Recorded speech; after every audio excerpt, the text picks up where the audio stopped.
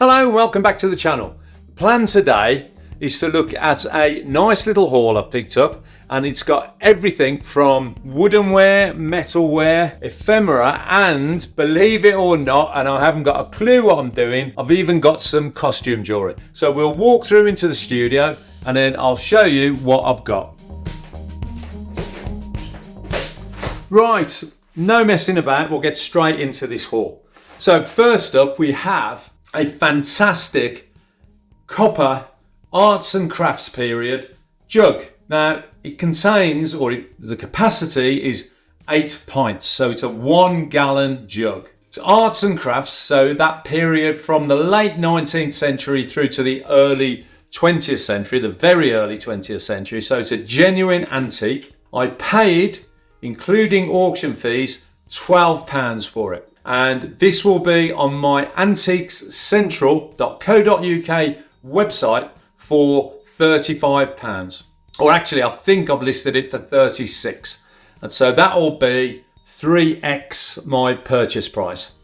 And the 3x is 1/3 the purchase price, 1/3 to cover my business overheads, and 1/3 profit. It's a beautiful, well-made, riveted jug. It's seamed as well, as you can see. All the joints are seamed. Hopefully that will focus. You can see down there all the joints are seamed and riveted. It's also a copper handle. Now a lot of these copper jugs will actually have a brass handle, brass being harder than copper, but this is a copper handle. Now, it's really important if you buy these and you're selling them as pitchers, water jugs, whatever, is to check that they're watertight. And trust me, this is about as watertight as the Titanic. I filled it up and it emptied in about 5 minutes flat. So I can't possibly sell it as a water pitcher or a water jug or even as a vase for flowers. But what I can sell it as is a prop to film, TV, theatre, or as a display vase for dried flowers. So when I list it, I'll make that absolutely clear. The last thing I want, although I have got public liability insurance, is to sell a water pitcher or jug or I suppose you could put beer in it, even better, to a customer. They get it, fill it up with water, put it on their Georgian sideboard and it leaks everywhere and ruins it. I've got the insurance to cover it, but I just don't even want to consider going there. So always check and always state whether it's watertight or not. A little tip there. So lovely arts and crafts period copper jug. Right, now it's the bit I've been dreading because I am absolutely clueless about this next lot I'm going to show you. I basically bought a load, and I'm talking a load, of costume jewellery.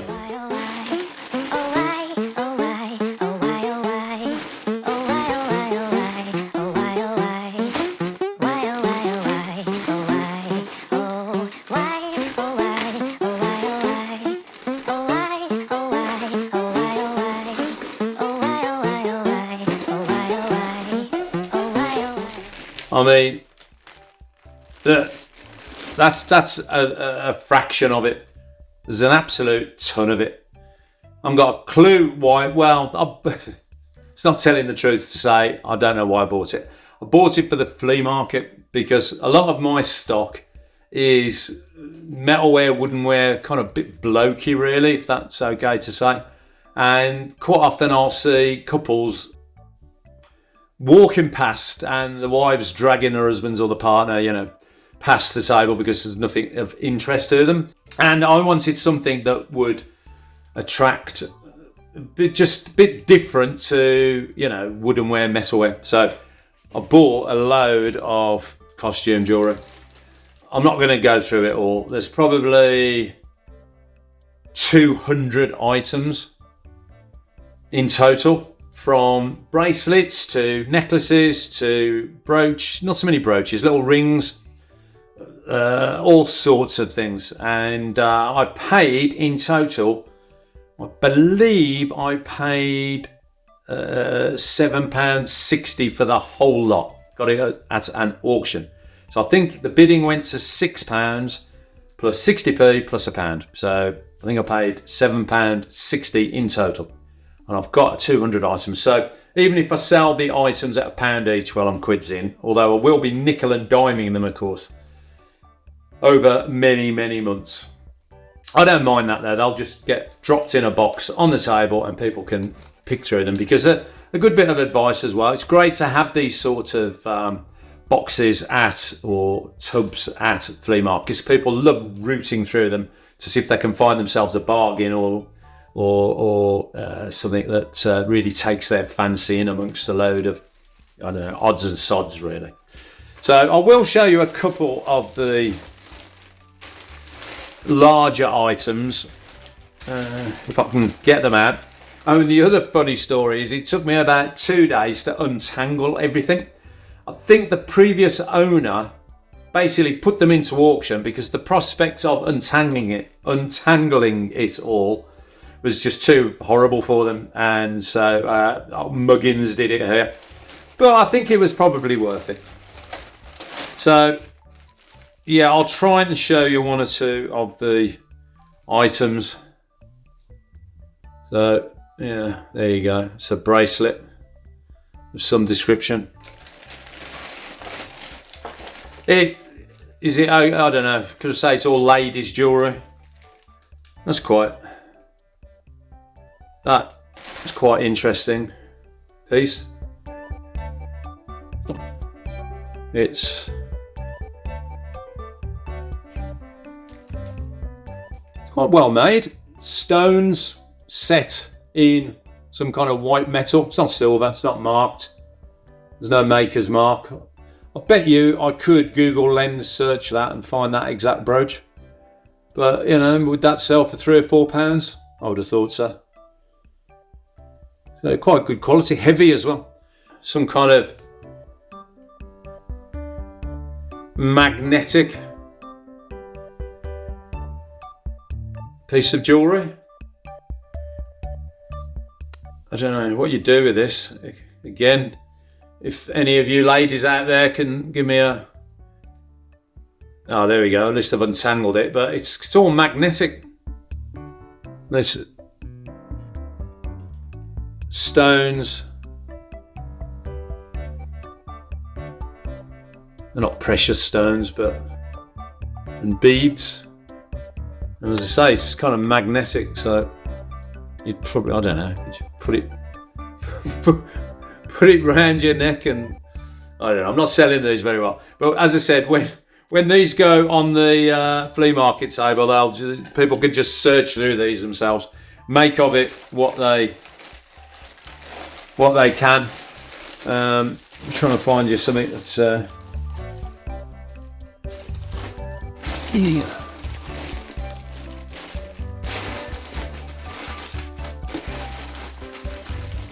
There's loads of bangles here. I'm not going to get all these out. As you can see.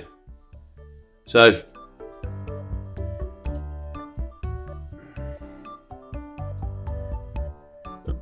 kind of cultured pearls or plastic or white metal. These aren't real diamonds, obviously, he says. I haven't checked, but I'm assuming they're not. And there's loads of them. So if these sell for, I don't know, what would you think? 50p each or something like that? Honestly, I'm not going to continue embarrassing myself with the costume jewellery. If you want to see a separate video about the costume jewellery, let me know in the comments below. I'm praying that nobody asks for one. It'll probably get about 10 views and take me about 4 hours to do so. But if you do want to see some of the better pieces on a separate video, just let me know, and we can sort that out. But honestly, I had my head in my hands a little bit when I bought these. I thought, oh, what have I done? If you're still with me and watching and you haven't subscribed, please support the channel and the community by subscribing. or at least hitting that like button, because it just tells the dreaded YouTube algorithm that we exist and that you are enjoying the video. It's completely free to subscribe. As I always say, I will never hide any of my content behind a paywall or a Patreon account. It's all free to air. So the best way to support the channel and the community is to like and subscribe, and of course share. But I don't want to ask you to do too much. Just doing one out of those would be absolutely fantastic. So next, what we'll do, we'll have a look at a couple of, quickly look at a couple of pieces of woodenware, and we'll fly through these. So first up, we have a lovely little milking stool. Got some age to it. You can see it's hand carved. You can see the chisel on the back. So it hasn't been turned, or it's, at least I would say it's been finished by hand. I think it probably was turned, to be honest. The reason I'm saying that is because there's a great big hole there. So yes, it's been turned, but by the look of it, it's been hand finished. I think that's what I'm trying to say. And the legs are jointed. There's no huge age to it. I mean, it's certainly post Second World War, but it's got some nice wear to the feet. It's got a nice patina. It'll be sold as is. Can't remember what I paid for it. Wouldn't have been much. It would have been less than £5. And I'll probably be listing this on the website for around £20 to £25, roughly. So yeah, nice little kind of wood, would I say? Probably beech. It's not oak. It's probably a hardwood. Well, it's definitely a hardwood, so it'd probably be beech or similar. Next up, we have a classic pre-war, around like the 1930s, into the war period, 1940s, fruit bowl. Hardwood, I think it's oak, judging by the grain. You can see that it's got a very strong grain in it, and the patina of the wood, very beautiful. It's not quite, is it antique, 1920s, 30s, 40s? Possibly, but hard to tell. But judging by the little bun feet, and they are old-fashioned screws as well. They're the slot head screws. 3 feet on my bowl, and it's in quite good condition now. It's a classic example of an item that possibly I could restore. It would be quite straightforward, because I think this finish would come off really easily, and then I would basically give it a clear varnish just to reveal the beautiful oak wood, hardwood. But I don't know whether I'll do that or just sell as is. If it goes on the website, I might do that. If it goes on the flea market, it will probably go in the region of £15 to £15, probably at best at a flea market. But if it goes on the website and I've restored it, it could quite easily go for £20 to £30. Well, £25 to £30 really. But it's a lovely little tabletop fruit bowl, absolutely classic of its era. So yeah, there you go. Next up, what we'll do, we'll have a look at, and this is unusual for me, I've actually bought some ephemera. Now, ephemera is anything paper related. You know, the expression ephemeral means it's here and gone. So paper, of course, does well to survive, however old it is, to be honest with you. And what I've got here are early 20th century portrait photographs, some sports photos, hand-painted original photo birthday cards and sweetheart cards. Now, we won't go through all of them. So what I will do is show you what I think is a bit of a selection of the best ones. Anyway, I'm waffling. So first up, we'll have a look at, and I'll need to put the old spectacles on here if I can get them on. Yeah, there we go. So what we'll look at first are some militaria photos. Now, militaria photos always sell really well. I think I paid for the whole box, and there's about best part of 100 postcards, photos, etc. in there. I paid about roughly £20 plus fees at an auction, so that'd be probably £23 I paid. And that's for everything. Now, on average, your ephemera will sell for, depending on the subject, for £1 to £3, £4, £5 per item. Now, I'm not saying I'm going to achieve that on any of these, but I'll certainly be picking up at least £1 for each one. So I've got sort of 5x my investment, my return on investment. So first up, militaria photos. That is clearly World War I. and it's a motorbike and sidecar. So what I might do is put these on my Instagram page, which is Antiques Central. And if you know or you have any more information about these photos, given they're militaria photos, then please let me know. So there's the first one. Now, how fantastic. Got to be First World War, hasn't it? Next we have a wonderful portrait, again, of a First World War soldier. I'm sure somebody would be able to identify his regiment by the cap badge. I can't, so I haven't done research yet. Full-length portrait there. I find these so evocative of the era. It's unbelievable. They're ghosts from the past, aren't they? Here we have a young, very young sailor. Again, I'm assuming World War One. I wonder if he survived the war. We'll never know, will we? But these faces are ghosts from the past, and I find them quite emotional, really. This is interesting. It's a group photo, and it looks like, is that a stretcher? So are these stretcher bearers? I wonder if these are soldiers who served on the front line, you know, carrying the injured and unfortunately the dead back from the front line. I mean, if they are, then these are incredibly brave men. Yeah, so wonderful photograph. Now here's something a little bit different, and I don't know if this is military, but these two ladies, there we go. Look at the uniforms they're in. Definitely look like uniforms to me, but I don't recognise them. Are they likely to be European perhaps?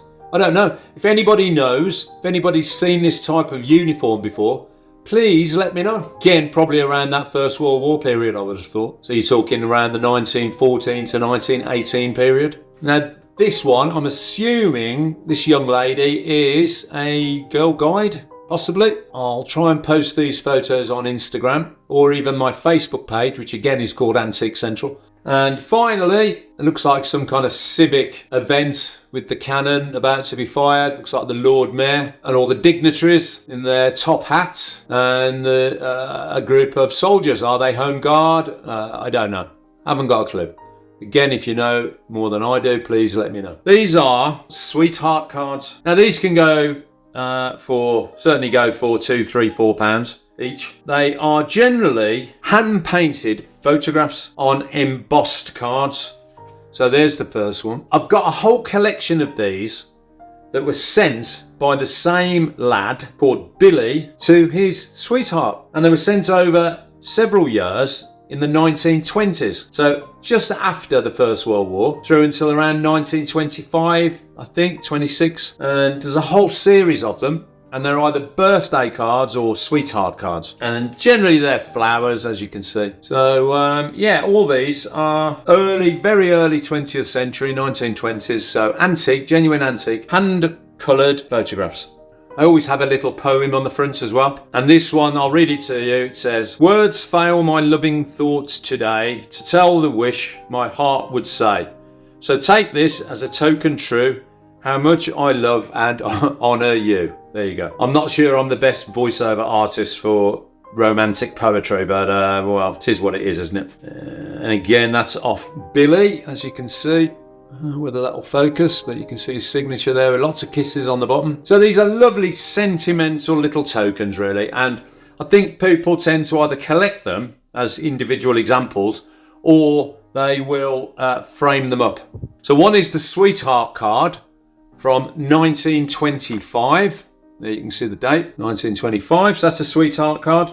And from the same year, 1925, from Billy again, there's the date, 1925, and that's the birthday card. A happy birthday. And I think I know her name as well. Her name, assuming of course it's the same young lady, I'm sure it is because it comes from a collection. Her name is Margaret. There you go. I don't know if I can read it, but it says, "My dear Margaret, may your something or other bring forth all the joy and health that you wish. Your sweetheart, Billy." So that's his message. Margaret and Billy, preserved, hopefully for many years to come, in the safe hands of a collector. Now these are very early 20th century, so pre-war I think some of these, and these are portrait photographs. These truly, as I mentioned earlier, these truly are ghosts from the past. To think that these people were born in the 1800s and lived through the turn of the century, Queen Victoria, and into the early part of the 20th century, pre-World War One. They didn't know what was heading their way, that's for sure.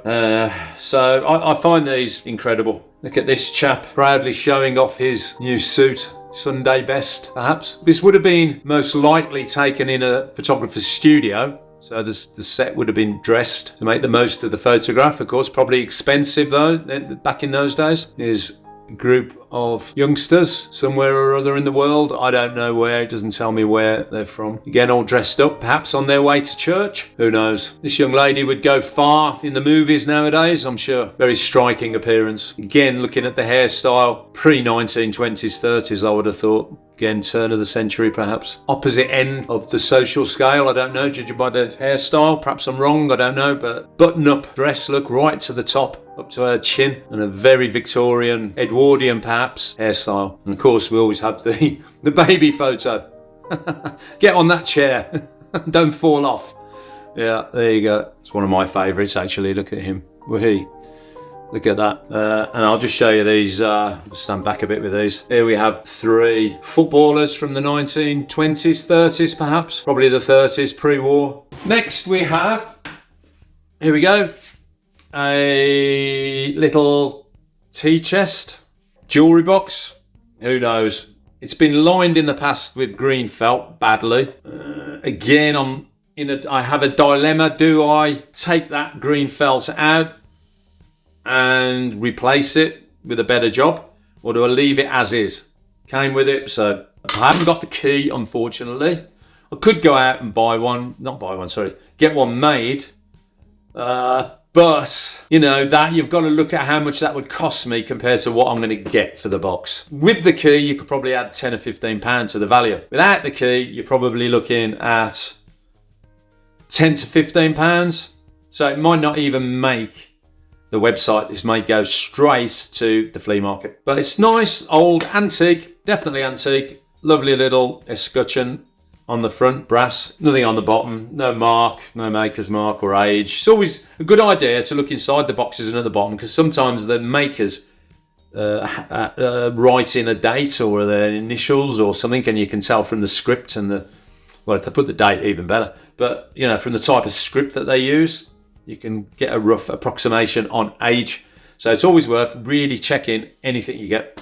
Good condition, nice little knick-knack box for someone. Probably going to go on the flea market for around £15. Next, here we go. A pair of 20th century faux Victorian candlesticks. Probably made in the Birmingham area, I would have thought. Probably maybe by Elkington or someone like that. Don't know. There's no signature on the base. They've got their original cork inserts, as you can see there, look. And some kind of alloy, white metal alloy. It's not silver. And a nice lacquered hardwood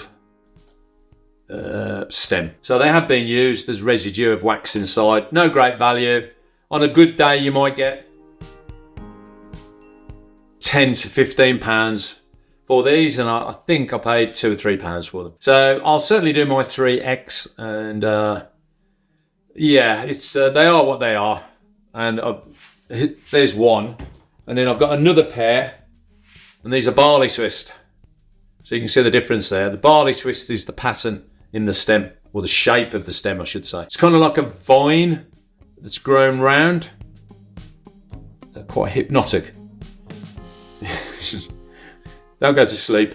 But it's yeah, it's kind of, you can see the pattern going round. It's like a vine that grows up a branch or whatever. But you can see the difference. So probably made by the same company. In fact, undoubtedly made by the same company, because the sconces, you can see there, look, there and there, they're identical. And the base is identical as well. Well, one's slightly larger than the other, that one. And that's got a green. So I think this is more modern. This is probably maybe 1930s, 40s. This might be 20s, 30s. So there you go. There's 2 white metal alloy candlesticks. 10 to 15 pounds. on a good day. Finally, this one, finish off on a light-hearted note. Ta-da! There we go. And this was bought at auction for, I think it was £3.20. And it's a hare, leaping hare, and you actually stick him in the ground. So it's a garden ornament. It's not in the best of shape, but what I will do on this one, I will restore him. I'll take off the old finish, which will be a matter of seconds to do that, and I will give him a clear lacquer or varnish, outdoor varnish, to reveal the grain in the wood, which is probably again beech, or I would have thought hardwood, intended for outside, so it's going to last, being a hardwood. There he is that focusing? I sell quite a lot at Stratford upon Avon, which is a rural, well, Stratford itself is a town, but a lot of the people that live there live in a rural areas, and they got massive gardens, and this kind of thing probably appeal to them. So yeah, I mean, picked it up for, as I say, £3.20. I think that'd be £2 bid. Nobody else wanted it. Went down to £2, and then I pay £1 fee and 10% of the hammer price, so £3.20. Yeah, so I'll probably be looking to sell this on for around, if I can get £10 to £15 when it's restored. So it will look better than this. I'd be more than happy with that. So there you go. That's it. So take care, stay safe, and I'll see you next time.